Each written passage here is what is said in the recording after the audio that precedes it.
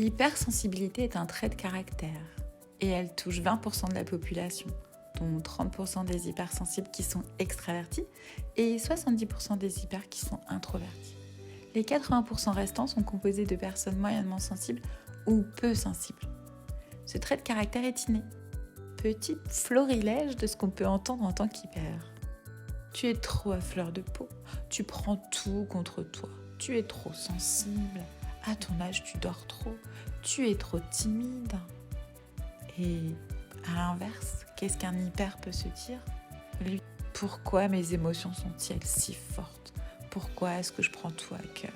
Je me sens fatiguée, je suis toujours fatiguée.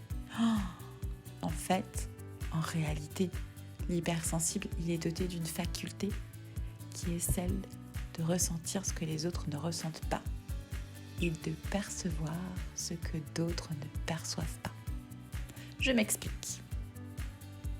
Les 5 sens sont beaucoup plus développés chez les hyper. On a l'hyperacousie, qui veut dire qu'on entend tous les bruits, même les plus aigus, ce qui est assez contraignant et difficile.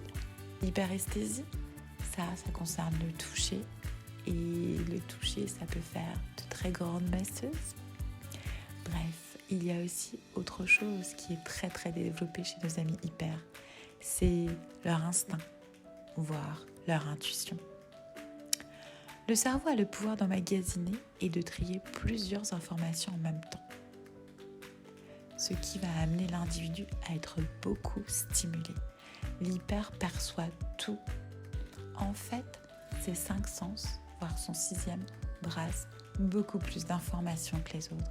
Et du coup, ça lui donne un super pouvoir. Le stress, ainsi que les stimulations extérieures, les bruits, les odeurs, les températures, la foule et les sensations intérieures, la faim, la soif, deviennent pour l'hypersensible de l'hyperstimulation. Ce qui engendre bien sûr des réactions excessives, telles qu'une grosse fatigue, une émotion qui paraît démesurée, mais qui est en accord avec son ressenti. Le cœur qui palpite, un trouble de mémoire, une perte totale de maîtrise de soi, etc. Sans oublier bien sûr qu'il est doté d'une mémoire à long terme, ce qui l'amène à analyser dans le moment présent le pourquoi et le comment du passé, puis à développer son instinct pour mieux percevoir le futur. Il est toujours temps, et encore temps, de l'accepter et d'apprendre à l'écouter. Il est aussi temps pour nos hypersensibles de définir les limites. Il est temps aussi de libérer son hypersensibilité de tout jugement, qu'il soit intérieur ou extérieur, car l'hypersensible est son pire juge intérieur. Par ailleurs, plus une personne est sensible, plus elle a de la chance d'être intelligente.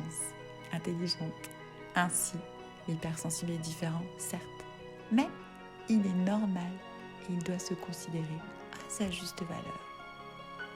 On va donc commencer par enlever ce trop qui est bien trop conforme à la société.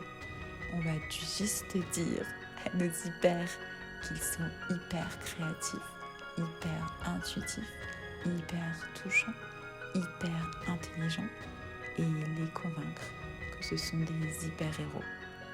Et si la souffrance est un peu trop lourde à porter, un peu trop lourde à supporter, consultez un coach ou un thérapeute. À bientôt!